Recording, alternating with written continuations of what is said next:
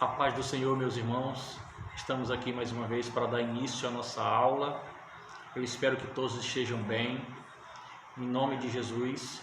E nós temos nesse trimestre a lição que tem por título A História da Igreja para Adolescentes. E hoje nós temos a terceira lição a ser dada, o nascimento histórico da Igreja. Mas antes de tudo, vamos orar. Soberano Deus, Pai Celestial, glórias te damos, Senhor, por mais oportunidade, o qual o Senhor nos concede estar aqui para meditar na Tua Palavra e aprender e glorificar o Teu nome. Abençoa, Senhor, a cada aluno juntamente com seus familiares. Derrama sobre nós a Tua graça, a Tua paz, o Teu amor e dar-nos sabedoria do alto para entender a Tua Palavra, em nome de Jesus. Amém. Em nome de Jesus, amém. Paz do Senhor a todos vocês. Hoje a gente está na nossa lição de número 3 da revista História da Igreja para os Adolescentes. O título da lição de hoje é O Nascimento Histórico da Igreja. E o texto em destaque é Atos 5:12, que diz: Os apóstolos faziam muitos milagres e maravilhas entre o povo, e os seguidores de Jesus se reuniam no alpendre de Salomão. Ou seja, a igreja já havia surgido, né? No templo de Salomão. Na introdução da lição, ele começa dizendo que é comum afirmar que a igreja nasceu a partir do chamado de Jesus aos seus discípulos. Ou seja, quando Jesus fez o chamado aos 12 discípulos, ali se iniciava a igreja cristã. Ali o Senhor começou o seu ministério, pregando a todos, curando, fazendo milagres e grandes coisas. Mas a evangelização realmente só começou no dia de Pentecostes, porque nesse dia o Senhor cumpriu aquilo que ele havia prometido, quando ele disse lá em Atos 1:8, que recebereis poder ao descer sobre vós o Espírito Santo e sereis minhas testemunhas, começando em Jerusalém, como em Judéia, em Samaria e até os confins da terra. Existe um historiador que diz que no período da igreja, assim que o Senhor já havia ascendido, já havia ressuscitado, já tinha subido aos céus, ele diz que não havia um lugar, lá em Jerusalém ou nessas proximidades, que não havia uma igreja, um local de reunião, onde houvesse muitas pessoas que se reuniam, que se diziam cristãos. Até esse momento, a gente está falando de um contexto onde eles estavam em Roma, ou no Império Romano. Nesse Império Romano, haviam muitos deuses. Eu acho que a gente já falou sobre isso, a gente já conversou sobre isso, que eu lembro que eu até falei para vocês que eles tinham vários deuses e em cada cidade havia um templo para um determinado deus, né? E nesse período, o povo de Deus, ou os judeus, o judaísmo nessa época, era um povo que vivia isolado, porque sempre foi assim, a história do povo de Israel, eles viviam isolados, eles não se misturavam, assim como nós temos que ser hoje, separados. Já expliquei para vocês também que o significado da palavra santo é separado, nós devemos ser separados. E esse povo também vivia separado, e eles não adoravam esses deuses que o povo romano ou que o Império Romano adorava, certo? Então, na festa de Pentecostes, que esse significado de Pentecostes vem da palavra 50, ou seja, 50 dias depois da Páscoa se comemorava o Pentecostes. Então, nesse dia de Pentecostes, que era uma festa que já existia, Pentecostes não surgiu nesse dia que o Espírito Santo desceu sobre o povo, sobre aqueles 120 pessoas, porque naquele dia de Pentecostes haviam 120 pessoas reunidas ali, né? E ali, naquele dia, o Espírito Santo desceu sobre essas 120 pessoas. Até o texto diz que se viu como labaredas de fogo sobre a cabeça de cada um, e todos falavam em várias línguas. Essa festa de Pentecostes, como eu já disse para vocês, era uma festa que já existia. Eles se reuniam para comemorar essa festa, né, depois de 50 dias depois da Páscoa, e eles estavam reunidos, as 120 pessoas lá. E o Espírito Santo desceu sobre cada um, e todos falavam em várias línguas. E as pessoas que estavam ao redor, porque como era uma festa, tinham pessoas de vários locais, eles ficaram admirados de ver esses 120 pessoas que estavam lá falando na língua deles, e alguns até debochavam, né? Diziam assim, eles estão bêbados, eles fizeram com bebê, estão falando, e isso está acontecendo. Mas na verdade o que estava acontecendo é que o Senhor estava cumprindo a promessa que ele havia feito, de que o Espírito Santo desceria sobre eles e eles seriam testemunhas. Então por isso a lição começa dizendo que nesse dia começou a evangelização, porque o testemunho deles foi que expandiu o cristianismo, né? Então, como tudo tem uma história, o início da igreja também tem a história. A igreja iniciou, a gente pode dizer que a igreja iniciou quando o Senhor chamou os 12 discípulos e que a igreja expandiu, né, nesse dia de Pentecostes. Ou seja, nesse dia que o Espírito Santo desceu sobre essas 120 pessoas, Pedro, cheio do Espírito Santo, pregou e 3.000 pessoas se converteram a Cristo nesse dia. Então ali começou realmente a expandir o cristianismo. E a pregação de Pedro era muito simples: arrependei-vos e convertei-vos, para que os vossos pecados sejam perdoados, como está escrito lá em Atos 3, versículo 19. Né?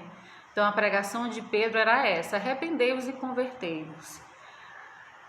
Continuando, ou esse testemunho deve continuar hoje, né? A nossa pregação deve ser essa: arrependa-se e converta-se, para que os vossos pecados sejam perdoados. E nessa pregação simples de Pedro, 3.000 pessoas se converteram a Cristo, né? Se converteram realmente. Tá, no tópico 2, assim, o trabalho dos primeiros missionários. Os apóstolos foram os primeiros missionários. Eles começaram a sua missão em Jerusalém, assim como Jesus disse, que começando em Jerusalém, depois em Judéia, em Samaria, que eram regiões ali próximas ou da redondeza de Jerusalém, até chegar aos confins da terra. Até alguns dizem que no caso o confim da terra seria aqui, né, a nossa região, o Brasil, né, porque nesse período essa região aqui, o Brasil, Argentina, Paraguai, ainda não havia sido colonizada, ou seja, não tinha população aqui, né? Depois que teve o descobrimento do Brasil. Então, para eles, os confins da terra seria a nossa região aqui, porque ainda não havia conhecimento de população aqui, tá? Então, eles começaram nessa região. O evangelho foi primeiramente pregado aos judeus, né? Como a gente sabe, primeiro eram os judeus, porque, como eu já disse, a religião que havia naquela época era o judaísmo, e aí muitos judeus se converteram ao cristianismo porque eles creram que Jesus era o Messias prometido, então eles se converteram ao cristianismo. Mas a princípio eles não achavam que era uma nova religião, e na verdade Jesus ele não veio fundar uma nova religião. Ele veio, mas para mudar o nosso hábito de vida, para mudar a nossa adoração, ou para nos acordar para a adoração. Jesus não veio só para os judeus, ele veio para os judeus e para os gentios. Então os apóstolos começaram a pregar o evangelho nessas regiões, Jerusalém, Samaria, Judéia, né? E aí, daí em diante, o evangelho, o cristianismo começou a ser pregado e expandido em várias outras religiões. Aí a gente vai falar mais para frente sobre a perseguição, né? Depois dos apóstolos, dos 12 escolhidos, né? Um grande evangelista e missionário de Cristo foi Paulo, que antes era um perseguidor dos judeus, né? Porque ele via o evangelho crescendo, achava que aquilo era uma nova religião que estava surgindo e que ia de encontro com o judaísmo, porque ele era, né, ele era judeu, romano judeu, então ele perseguia, mas até o dia que o Senhor apareceu para ele, né? E acho que a gente vai falar isso numa outra lição, que eu não vou me deter agora nisso, senão a gente vai demorar muito. Até que o Senhor apareceu para ele e disse para ele que ele havia sido escolhido para pregar o evangelho a todos, tanto judeus como gentios, que no caso eram os que não eram crentes. E Paulo se intitulou o pregador dos gentios, ou seja, ele não se deteve a pregar o evangelho só para os judeus, ele pregou para todos, principalmente para os gentios. Porque ele ia para as sinagogas, primeiramente, onde ele chegava, ele pregava primeiro na sinagoga, ele não era bem recebido, e aí ele ia para os não-judeus. Isso, muito bem lembrado. Sempre quando Paulo chegava numa cidade, ele ia naquela sinagoga, que geralmente eles se reuniam nos dias de sábado. Ele ia naquela sinagoga, pregava aos judeus, onde eles estavam reunidos, porque geralmente o visitante ele tinha a oportunidade de pregar. Lá eles não aceitavam, eles não acreditavam que Jesus era o Messias. Então Paulo decidia ir pregar para os gentios, e os gentios aceitavam, né, de primeira logo o evangelho, certo? Então a gente tem os primeiros missionários que são os apóstolos, aí Paulo foi um grande missionário, Timóteo, né, e assim por diante. E aí o terceiro tópico vem falar as primeiras perseguições do Império Romano. Como eu já disse, o Império Romano, ele não acreditava em Deus, o nosso Deus, o Deus de Israel. Eles acreditavam em vários outros deuses, né? Era um império pagão que tinha vários deuses, um deus para cada coisa, era assim desse jeito. Eles não, a princípio, eles não se intrometeram no surgimento do cristianismo, porque eles achavam que era uma briga entre judeu e cristão, né? Mas aquilo que interferia na ordem do Império Romano, aí sim, eles agiam de alguma maneira, né? Mas aquilo que não intrometia, eles deixavam de lado. Então, a princípio, não houve perseguição. A perseguição, a princípio, contra os cristãos foram do próprio povo judeu, né? Tanto é que os sacerdotes que foram levar Jesus para ser condenado. Espero que vocês tenham entendido. Mas aí depois começou uma maior perseguição. Estevão foi apedrejado, né? Depois que Estevão foi apedrejado, dando testemunho, pregando o evangelho no meio lá do povo, foi apedrejado.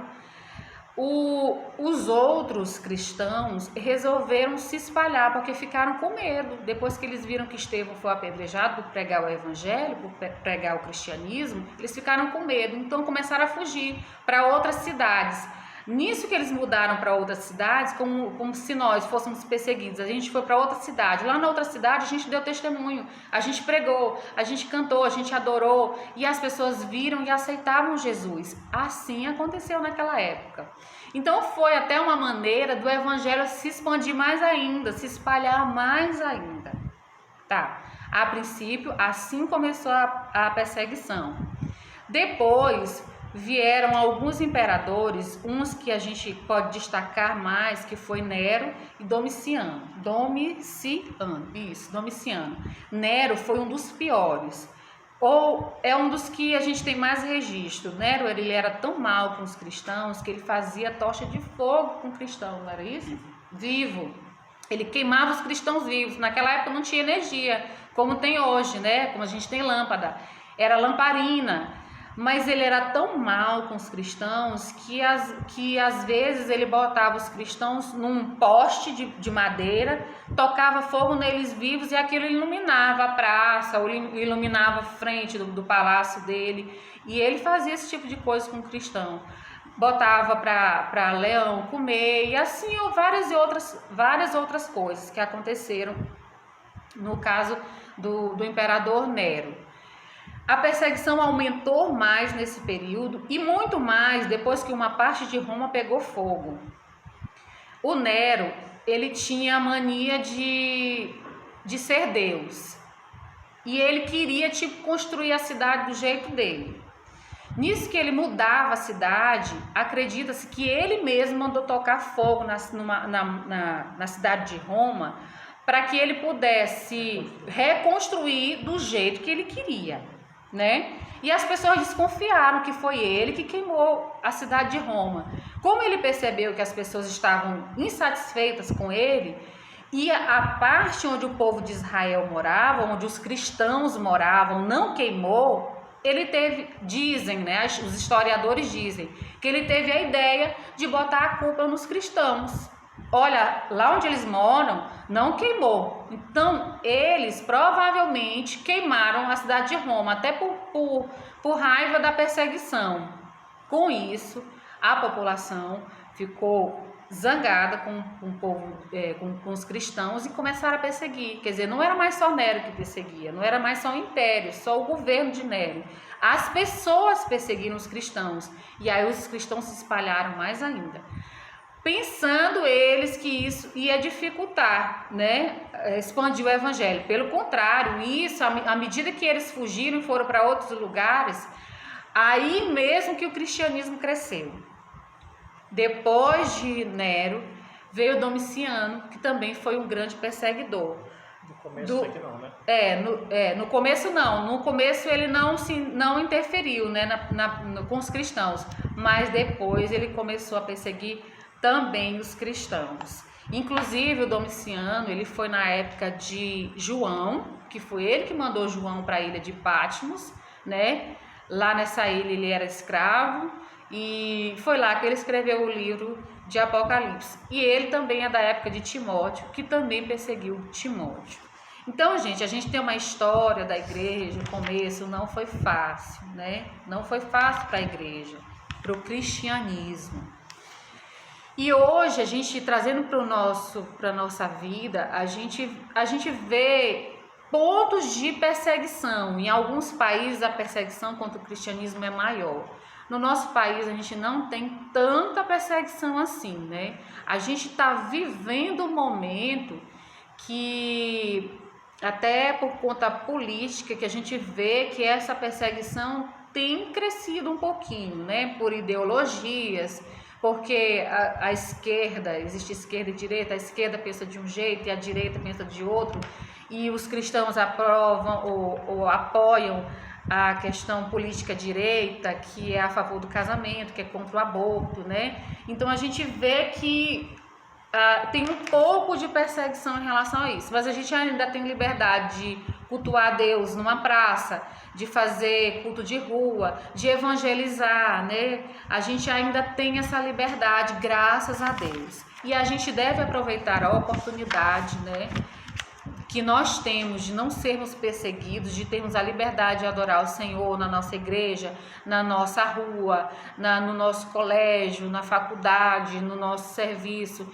Aproveitar essa oportunidade que ainda temos para pregar o Evangelho, né, e expandir o cristianismo. Um exemplo, né, que eles deram para nós, que eles expandiam, tinham essa coragem de pregar com ousadia, com intrepidez, que é força, né? Justamente, apesar de todo, parece que quanto mais, por exemplo, no caso de Nero, quanto mais ele perseguia, quanto mais ele tentava fazer o mal contra os cristãos, matar, fazer tocha de fogo, mais o cristianismo crescia.